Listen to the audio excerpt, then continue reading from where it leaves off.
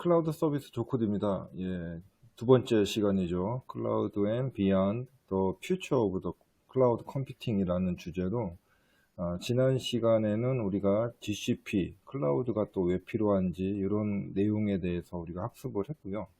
이번 시간에는 클라우드 컴퓨팅을 이용해서 어떻게 활용을 할 수 있는지 이런 내용을 좀 얘기를 하려고 합니다. 그리고 이제 후반 부분에서는 이제 여러분들이 그 취업이나 이런 거 준비하실 때 조금 말씀드릴 내용들이 있어서 함께 말씀을 드려보도록 하겠습니다. 자, 이번 시간에는 사실 뭐 클라우드가 지난 시간에도 배웠지만 너무 많은 분야가 있기 때문에 뭘 원하는지 몰라 다 준비해 봤습니다. 그래서 이거저거 좀 많이 얘기를 드리려고 하고 있습니다. 자, 이번 시간에 하는 목표는 좀 클라우드를 어떻게 하면 쉽고 편하게 이용할 수 있는지, 너무 어렵게만 생각을 하시는데 정말 우리 생활에서도 많이 이용할 수 있는 그런 부분들이 있어서 소개를 해 드리도록 하겠습니다. 자, 오늘 말씀드릴 거는 일단 지난 시간 숙제로 내드렸던 구글의 G Suite에 대해서 한번 확인을 하고요. 그 다음에 AI GPT-3, 요즘에 진짜 난리가 아니죠, GPT-3. 그리고 세 번째로는 G Suite API를 한번 소개를 해 드리도록 하겠습니다. 네 번째로는 이 API를 이용해서 간단한 샘플 만들기 실습을 해 볼 것이고요. 마지막으로는 2020년도 취업을 어떻게 해야 되는지에 대한 내용도 진행을 해 보도록 하겠습니다.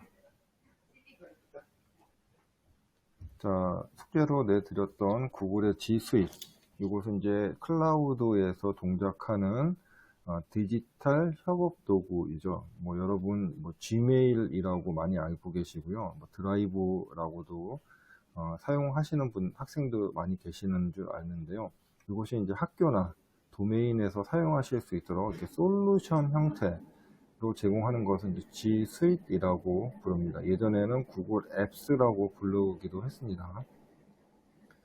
자, 이것을 가지고 이제 디지털 협업을 해야 되는데 협업이 사실 어렵죠. 뭐 우리가 방법도 모르고 또 우리가 그 기존에 해 본 적이 없어서 우리가 기존에는 이제 학교에서 항상 이렇게 협업보다는 경쟁을 중심으로 우리가 교육을 받았습니다. 그랬기 때문에 협업이 어려운데 이제는 우리가 다른 사람하고 협업을 해야 되는 이유는, 자, 우리가 이제 AI 기능들이 점점 좋아지기 때문에 AI랑 1대1로 붙으면 사람들이 다 질 수밖에 없는 구조입니다. 그래서 사람들이 자신이 부족한 부분은 다른 사람한테 보완을 받고 협동을 하면서 AI하고 이제 경쟁할 수 있는 이런 형태로 진행을 해야 될 것 같습니다. 그래서 협업이 어렵더라도 여러분이 계속 협업을 연습을 하셔서 좀 효율적인 방법을 찾아내야 될 것 같습니다.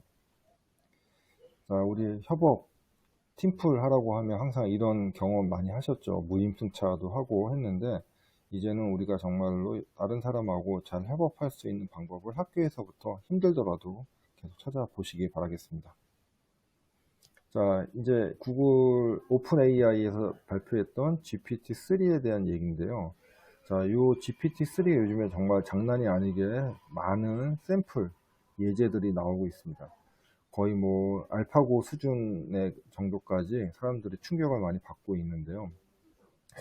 오픈 AI에서 지속적으로 GPT-1, GPT-2에 대해서 발표를 했었는데 그 결과로 놓고 평가를 해보니 GPT-2보다 한 100배 정도 성능 향상이 있었다, 이 정도로 몰랐다라고 해서 발표를 미루기까지 했던 그런 에피소드도 있습니다. 그래서 이 GPT-3를 이용해서 우리가 다양한 실험들을 하고 있는데, 이것은 그 공유해드린 한번 장표를 보시면 플레이가 될 것입니다. 그래서 이것을 플레이를 해보면은 어떤 말로 얘기를 하면은 거기에 대해 상황에 맞는 그런 답변을 할 수가 있는 것이 이제 왼쪽 예제이고요. 오른쪽 예제는 내가 이런 디자인을 그려줘 이렇게 얘기를 했더니 거기에 맞는 디자인, 이제는 프로그램 영역까지 GPT-3가 해줬다, 이런 좀 샘플 영상입니다. 정말 이것만 보면은 사실은 좀 소름이 끼칠 정도로, 야, 인공지능이 이제 이렇게 발전을 했구나 라고 생각이 좀 들고 있습니다.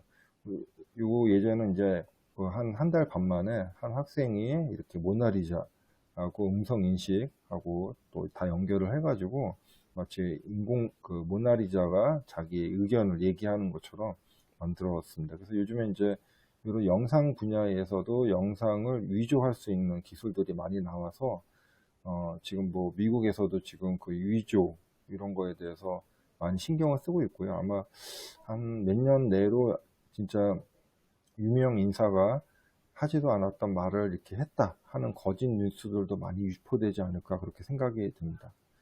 자, GPT-3가 이제 적용이 되면은 뭐 간단한 뭐 지금도 뭐 소설을 인공지능이 작성했다 이런 정도였는데 이제는 더 나아가서 뭐 셰익스피어 형태가 쓴 것처럼 예, 문학 작품을 만들어줘. 시인이 쓴 것처럼 시를 만들어줘. 이런 것도 가능할 것 같고요. 뭐 웹사이트를 하나 만드는데 이제는 주제어 몇 개만 던져주면 지가 알아서 아주 사람들이 관심 있을 만한 주제로 이렇게 사이트를 만들 것도 같습니다. 또한 이렇게 만들고 난 다음에 SNS나 이런 데다가 유통, 홍보하는 것도 다 이제 인공지능이 하겠죠. 그러면 이제 뭐 이런 일을 하던 분들은 사실은 이제 잡을 잃고 또 새로운 일을 해야 될 것 같습니다. 자, 동시통역 뭐 이런 거는 뭐 지금도 많이 되고 있는데 좀 더 우리가 의미를 잘 파악할 수 있는 인공지능이 나올 것 같고요. 뭐 웹 개발된 페이지 이런 거에 대한 테스트 실행 이런 것도 더 잘할 것 같습니다. 그리고 이제 요즘에 그 윈블던 테니스 경기 같은 경우에는 하이라이트 같은 거 이런 걸 다 IBM AI가 지금 끄집어내고 있는데 이런 거 아나운서 경기를 설명해주고 얘기를 하는 것도 아나운서 영역도 이제는 다 인공지능이 하지 않을까 그런 생각이 듭니다. 무섭죠, 어떻게 보면은.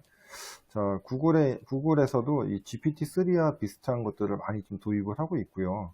뭐 음성 인식 뭐 이런 거는 뭐 아주 유명하죠. 사람보다도 더 인식을 잘한다 이렇게 지금 연구 결과도 나와 있습니다. 뭐 맞춤법 검사 이런 거는 뭐 나온 지 오래됐고요 벌써. 자, 구글 AI 결정체라고 할 수 있는 구글 포토입니다. 이것은 현재 무료로 사용할 수 있는데도 불구하고 많이 사용을 안 하시는 것 같아요. 자, 사람 인식, 사물 인식, 이게 다 인공지능 기술인데, 정말로 사람 인식을 하기 위해서 정말로 많은 투자를 하고 있습니다. 보통 우리가 레이어라는 개념으로 과거에 제가 한 3년 전까지만 파악을 했을 때 구글 엔지니어 통해서 확인한 것만 해도 벌써 120 레이어 단계다 라고 얘기를 했으니 지금은 아마 더 늘어났을 것이고요. 그 레이어가 늘어난다는 얘기는 그만큼 장비나 시간이 많이 들어간다는 얘기이면서 더 정확해졌다 이제 이렇게 이해를 하시면 되겠습니다.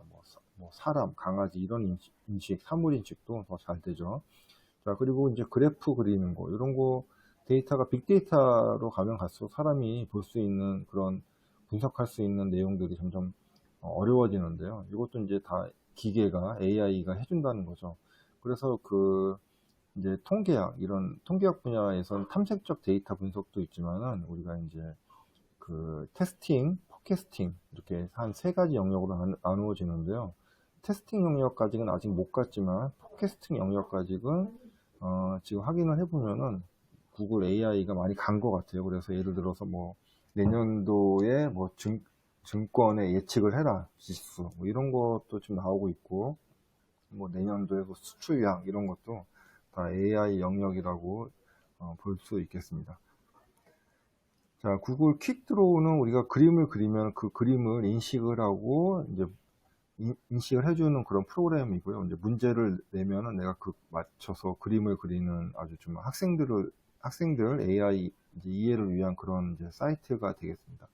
우측에 있는 거는 이제 구글의 익스피리먼트 쪽에서 그 사람의 몸 동작을 인식해서 거기에 맞는 음악을 제공해주는 그런 또 그 경험을 제공을 해주고 있습니다. 자, 오늘 이제 본격적으로 말씀드린 구글의 G Suite API이죠. API 위치는 보시면 그 GCP에 이렇게 둘러싸여 있습니다. 그 안에 핵심 코어로 들어있는 거고요. 이 얘기는 GCP 상에서 G Suite 동작을 하기 때문에 뭐 컴퓨터 엔진이나 스토리지 이런 거랑 다 유기적으로 연결이 돼 있다는 것입니다. 우리가 구글 드라이브 무제한 용량을 쓴다 이게 저장되는 곳이 GCP의 스토리지 영역에 저장이 되겠죠. 또 뭐 데이터 분석 이런 것들 다 비퀄이랑 연결이 될 것이고요. 실제로 동작되는 거는 다 컴퓨터 엔진에서 동작이 될 거고, 여러분은 컴퓨터 앱 엔진 이런 데에서 이용하실 수 있는 환경을 지금 제공을 해주고 있습니다. 자, 우리가 지난 시간에 IaaS, PaaS, SaaS, 피자의 비유를 해서 설명을 드렸었죠. 요 IaaS, PaaS, SaaS를 보면은 우리가 이제 IaaS 같은 경우는 컴퓨터 엔진, 뭐 CPU랑 램을 구입해서 사용하는 방식이고, PaaS 같은 경우에서 우리가 이제 오늘 설명드린 앱 엔진 뭐 이런 거, 그리고 이제 SaaS 같은 경우에는 앱 스크립트, 구글에서 만든 자바스크립트 비슷한 이런 스크립트, 인터프리트 기반의 언어가 되겠습니다. 그래서 이렇게 다 이용을 하실 수 있습니다. 이런 API를 이용하면 무엇이 좋냐면, 우리가 캘린더 기능이나 뭐 지메일 보내고 드라이브 저장하고 하는 것을 다 API 단에서 할 수가 있습니다. 그 얘기는 우리가 뭐 메일을 보내고 프로그램상에서 뭐 파일을 저장하고 파일을 또 전달을 해주고 하는 것도 다 가능하고, 문서도 자동으로 할 수가 있다는 것이겠죠. 그러면 이제 그 회사 같은 데서 자동화 프로그램 사용하는 것도 아주 쉽게 이렇게 인프라를 제공받기 때문에 프로세스만 만들면 아주 간단하게 만들 수도 있겠습니다. 자, 앱 스크립트에서 사용할 수 있는 서비스는 뭐 기본적인 뭐 캘린더, 클래스룸, 뭐 닥스, 드라이브 이런 것도 있지만은 여기 가운데 보시면 애드센스, 뭐 어널리틱스, 비쿼리, 아주 다양한 구글 서비스도 다 할 수가 있고요. 또 요즘에 새로 나오는 서비스들도 다 이용하실 수 있습니다. 앱 엔진은 구글의 G 수입, 그리고 클라우드 데이터베이스, 그리고 뭐 스토리지 이런 게 다 붙어 연결이 돼 있기 때문에 아주 유기적으로 사용할 수 있는 그런 환경을 제공을 해주고 있습니다. 자, 이곳은 이제 그 GCP에 가입하신 학생들은 아시겠지만 콘솔 화면이 되고요. 여기에서 뭐 컴퓨터 엔진, 뭐 데이터베이스, 스토리지 다 이용할 수 있는 그런 UI를 제공을 해주고 있습니다. 이곳을 이용하시려면은 일단 이제 프로젝트를 하나 만들고, 프로젝트에다가 사용자 인증 정보, 그리고 구글의 API 활성화를 해서 사용하시면 되겠습니다. 구글의 API를 활성화한다는 것은 이 프로젝트에서 사용하려고 하는 API를 인증을 해줘야지 또 권한을 가지고 나의 데이터, 그리고 사용자의 데이터에 액세스할 수 있는 그런 형태입니다. 자, 우리가 그 클라우드에서 개발을 하시면은 하나 조금 약간 다른 게 기존의 개발 방식하고 그 오스라이제이션이라는 단계가 하나 들어갑니다. 우리가 클라우드에서 동작을 하기 때문에 그 동작하는 사람이 권한이 있는지 이걸 보는 것이 중요하고요. 그래서 오스라이제이션 서버가 중간단에 이렇게 들어간다, 이렇게 이해를 하시면 되겠습니다. 자, 그래서 혹시나 이제 앱 개발을 하셨던 분이라면은 여기 보면 오스키라고 하는 그런 또 보안키가 하나 더 제공이 되는 것을 알고 있죠. 그래서 이것을 이용해서 프로그램 클라우드에 있는 서비스 동작을 시키고 하는 형태로 구성을 하고, 이제 우리가 오늘 실습하는 것도 이렇게 보시면은 그 웹에 주소가 있고 또 보안 키가 있고 이렇습니다. 그래서 보안 키는 우리가 잘 관리를 해야 되겠죠, 당연히. 자, 이것은 우리가 이제 보통 구글 캘린더 API 이렇게 치면 이렇게 API 리스트를 바로 보실 수 있고요. 이것은 여기에서 바로 확인하실 수 있는 트라이지라고 하는 그런 기능이 되겠습니다. 우리가 아까 클라우드에 동작을 하기 위해서는 오센티케이션이 필요하다. 여기서도 보시면은 크레덴셜에 구글의 OAuth 2.0을 이용한다. 이것은 구글의 OAuth를 이용한다는 거죠. 그래서 이것을 동작을 하면 자신의 API, 그러니까 자신의 캘린더에 있는 데이터를 API로 연결해서 바로 확인할 수 있는 그런 아주 간단하면서도 실용적인 그런 기능을 제공을 해주고 있습니다. 그래서 우리가 그 OAuth 2.0이라고 하는 표준 보안 프로토콜을 사용하시는 방식은 애플리케이션이나 앱 엔진에서는 이렇게 사용을 하시고요. 구글의 오센티케이션, 앱 스크립트나 API 트라이 이런 것들은 우리가 구글의 오센티케이션을 이용한다, 이렇게 하시면 되겠습니다. 그래서 뭐 자바나 파이썬으로 개발을 하시려면 OAuth 2.0에 대한 인증 부분이 들어가야 됩니다. 자, 이것은 이제 스크립트 부분이고요. 우리가 그 수업에서는 이 스크립트 요 부분이 구글 드라이브에서 연결하는 부분들이 오류가 났었는데, 이것은 그 script.google.com으로 들어가시면 바로 요 화면이 만날 수 있습니다. 그래서 거기에서 하나 생성을 해서 테스트를 해보시기 바라겠습니다. 자, 하면은 일단은 이렇게 이제 만약에 Gmail에 액세스 하고 싶다 그럴 때는 이런 식으로 권한을 부여하는 화면이 나타나고요. 여기에서 권한을 부여를 해야지만이 내 데이터에 액세스 할 수 있겠죠. 자, 이것은 우리가 실습으로 해봤던 그런 프로그램이고요. 이 내용은 다큐멘터를 하나 만들어서 그 다큐멘터의 내용을 넣고 그 다큐멘터 링크, 우리가 문서를 보내줄 필요가 없죠. 링크만 보내주면 되니까 링크를 이 메일로 보내주는 건데, 이런 것을 우리가 자바나 파이썬으로 하면 좀 라인도 많아지고 복잡합니다. 오류도 있고. 근데 이것은 한 10라인도 안 되는 그런 라인으로 그냥 간단하게 구현을 했기 때문에 아주 간단합니다.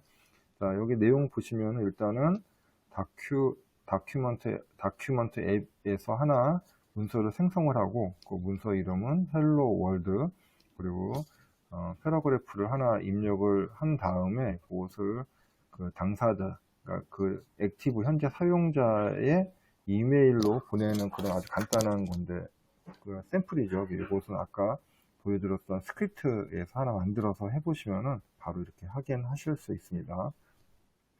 자, 이것은 이제 우리가 보통 자바나 그 파이썬에서 사용하는 방식이고요. 이게 중간에 보시면 크리덴셜 부분이 하나 더 들어가야지 할 수가 있다, 이렇게 이해를 하시면 되겠습니다. 자, 그래서 API로 한번 테스트 연습을 해보는 거죠. 우리가 하단에 보시면은 이것은 이제 그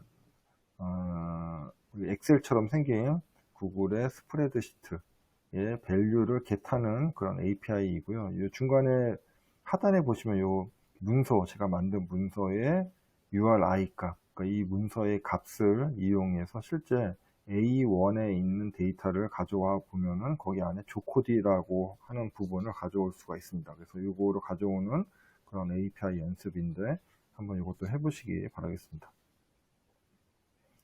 자, 이제 우리 빅데이터로 이제 넘어갔고요. 자, 구글이 빅데이터를 제공을 해주고 있는데, 이거 연습을 하기 위해서 우리가 클라우드 구글에서 제공해준 공개 데이터 세트 이 부분에 한번 검색해서 들어가 보시면 많은 데이터들을 공개를 하고 있습니다. 여기서 우리가 오늘 할 거는 그 코로나19 전 세계 감염자에 대한 시계열 자료이고요. 이거를 가지고 우리가 분석을 해봤더니 이렇게 짧은 시간에 아주 많은 데이터들을 분석을 해서 구글 AI가 그래프까지 그려준 그런 샘플이 되겠습니다. 그래서 맨 우측에 있는 저 파란색 점, 그렇죠? 미국이죠. 미국의 인구도 많고 지금 감염자도 높다, 이렇게 표시를 하고 있습니다. 자, 우리가 이렇게 API를 이용하면은 엔터프라이즈에서부터 오토메이션, 또 뭐 여러 가지 리포트 이런 거 사용할 수 있기 때문에 꼭 한번 확인을 해보시고 회사에 취업해 보시면 이렇게 간단하게 한번 구현해서 회사에 계신 분들 한번 깜짝 놀라게 해 주시면 아주 좋을 것 같습니다. 자, 우리 클라우드 빅데이터 데이터 분석하는 게 간단하게 나온 게 아니죠. 오랜 시간 여러 가지 기술들이 융합이 돼서 지금 이제 이렇게 서비스를 제공해 주는 거고요. 지금 분석할 수 있는 데이터 양도 페타 단위, 페타바이트, 테라바이트의 1024배인 페타 4페타까지인가를 분석할 수 있다고 그렇게 지금 얘기를 하고 있습니다. 엄청난 양이죠. 그러니까 이 세상에 있는 모든 데이터를 다 분석할 수 있다, 이런 의미로 받아들이시면 되겠습니다. 그것도 조금의 비용으로 이 클라우드에서 버튼 한 번만 누르면 바로 동작이 될 수가 있습니다. 우리가 만약 그렇지 않으면 정말 많은 하드웨어, 전산실, 구성도 해야 되고, 전문 인력도 뽑아야 되고, 시간도 많이 걸리고, 비용도 많이 드는데, 이렇게 할 수 있습니다. 자, 이제 마지막으로 이제 미래 여러분들이 어떤, 취업이나 좀 사업을 하시기 위해서 어떤 역량이 필요할까요?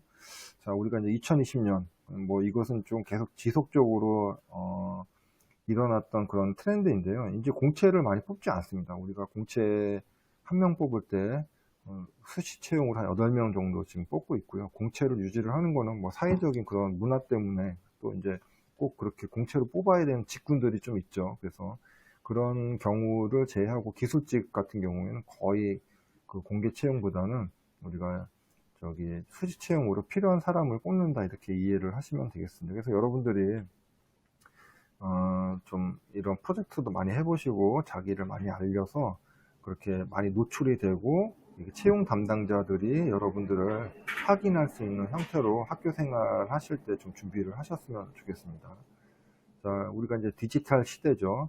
우리가 뭐 5G 통신망을 쓰고 아주 이런 우리가 배웠던 GCP 이런 기술을 쓰고 있는데, 그런데도 불구하고 우리 아직 기업들, 많은 기업들은 사실은 아날로그 방식으로 많이 업무를 하고 있습니다. 그래서 이런 우리 기업, 기존에 있던 기업들은 뭐 망하지는 않겠지만은 이 지금 아날로그 이런 업무 체계 최적화가 되어 있기 때문에 디지털로 전환하는 게 그렇게 쉽지는 않습니다. 저도 이제 기업 컨설팅이나 이런 거를 해보면서 느끼는 게, 정말 기업을 바꾸는 것보다는 새로 기업을 만드는 게 더 쉽겠다, 이런 생각이 들 정도로 기업은 현재 아날로그 방식에 최적화가 되어 있습니다. 그래서 변화가 쉽지가 않은 것 같습니다. 뭐 구성원도 그렇고, 뭐 회사의 뭐 리더도 그렇고, 회사 시스템도 그렇고. 그래서 여러분들이 이제 취업을 해서 좀 회사를 많이 변화를 했으면은 그런 이제 중요한 역할을 하셨으면 좋겠습니다. 자, 여러분 뭐 취업 안 되고 고민이 많으시겠지만은, 사실 우리 여러분 같은 Z세대에는 이 전 인류 중에서 지식도 제일 많고 디지털에 아주 능숙하고 개인적인 취향도 많이 발전해 있는 그런 세대입니다. 그러니까 너무 능력이 저는 오히려 너무 좋다, 이렇게 걱정을 하고 있는 세대죠. 근데 단점으로는 뭐 업무 지식, 뭐 이거는 뭐 업무 지식은 뭐 당연히 없는 거죠. 그리고 이제 주입식 교육에서 좀 자랐고 개인주의가 있다, 뭐 이런 거는 단점이라고 볼 수가 있겠지만은 장점이 더 많은 세대다라고 생각이 됩니다. 자, 우리 이제 4차 산업혁명 4.0 얘기를 하면서 뭐 필요한 능력이 4C가 있다. 뭐 창의력, 의사소통 능력, 비판적 사고력, 협업 능력, 이게 필요하다고는 얘기를 많이 하는데, 사실은 어떻게 그러면 이것을 키워야 되는지에 대해서는 뭐 얘기해 주시는 분들이 많지는 않은 것 같아요. 그래서 이제 제가 좀 정리를 했고, 이제 제가 미래 여러분들이 준비해야 되는 역량들은 이렇게 4가지 역량이라고 생각이 됩니다. 첫 번째로는 일단은 우리가 이제 아까 AI랑 경쟁하기 위해서는 협업 능력이 필요하고요. 또 커뮤니케이션 능력도 아주 중요합니다. 자, 디지털 역량, 우리가 이제 뭐 카톡이나 뭐 이런 페이스북 이런 거 쓰는 것뿐만 아니고 많은 ICT 도구들, 그러니까 업무 관련된 도구들도 사실은 많은데 우리나라는 조금 그런 거에 대해서 도외시하는 경향이 있는 것 같습니다. 뭐 슬랙 이런 것도 아주 좋고, 요즘에 뭐 트렐로, 뭐 노션 이런 것도 좋죠. 그래서 이런 것도 좀 계속 지속적으로 한번 사용해서 프로젝트나 아니면 학교 개인적인 업무에도 한번 사용해 보셨으면 좋겠고요. 세 번째로는 이제 우리가 학교에 다니면서 가장 부족한 게 프로젝트 경험입니다. 우리 프로젝트는 학교에서 하는 것밖에는 없는데, 그래서 사이드 프로젝트, 그러니까 여러분들 실제로 한번 많이 프로젝트를 만들어서 경험을 해보시는 게 좋을 것 같습니다. 네 번째로는 미래 비전. 너무 암울하게만 생각하시는데, 제가 말씀드렸지만은 가장 그 능력 있는, 역량 있는 지금 세대가 아닌가, 이렇게 생각이 됩니다. 그래서 여러분들이 이런 것을 역량을 키우기 위해서 다음과 같은 것들을 좀 지속적으로 학교 다니실 때 준비를 하셨으면 좋겠습니다. 첫 번째로는 협업을 많이 해보셔야 됩니다. 우리가 팀플을 하면서 인간에 대한 신뢰를 잃었다 하는 농담도 있을 정도로 잘 안 되고는 있는데, 그래도 포기하지 마시고 어떻게 하면 잘할 수 있는지 계속 노력을 하셔야 되고, 이런 디지털 도구를 잘 한번 이용해 보셨으면 좋겠습니다.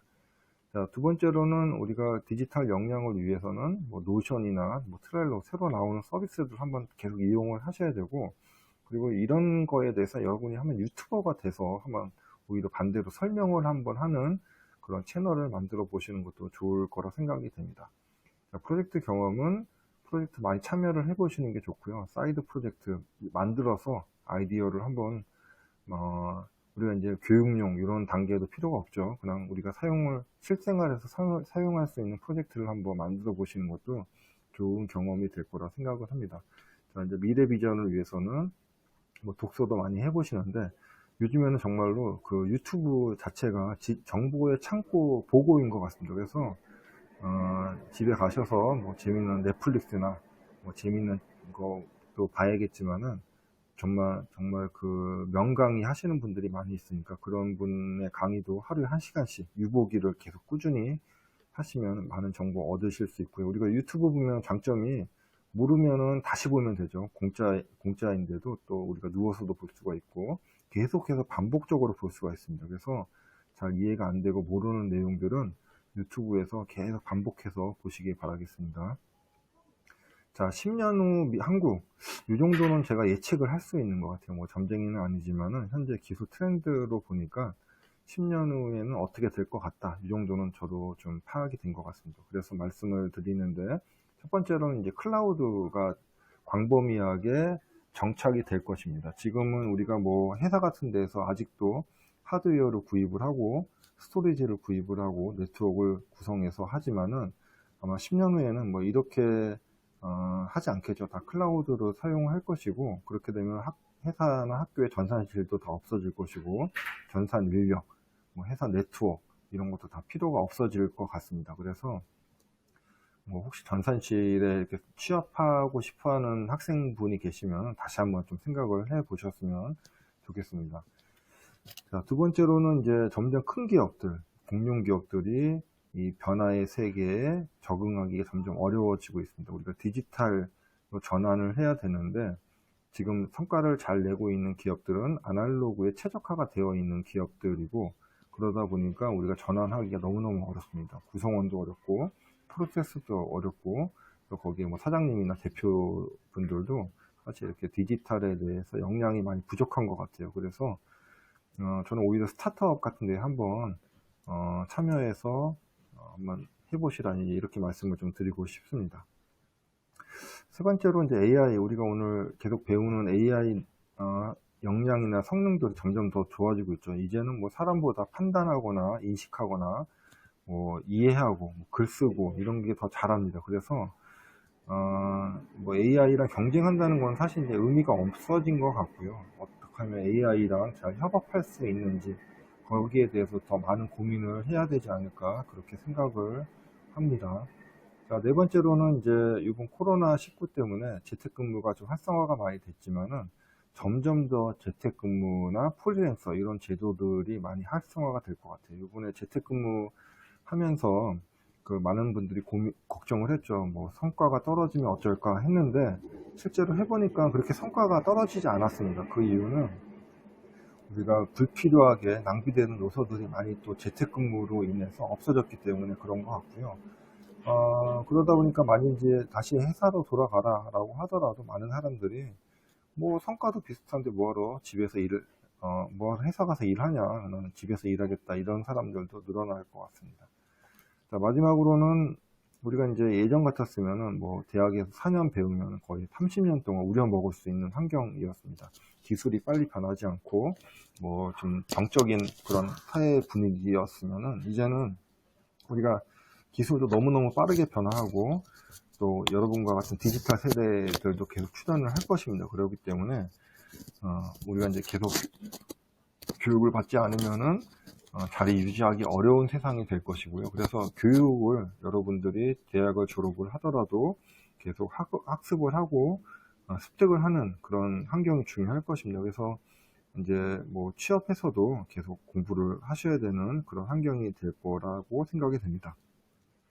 자, 이제 강의 맨 처음에 말씀드린 달리는 말과 경쟁하지 말아라. 자, 다시 이 화면으로 돌아왔고요.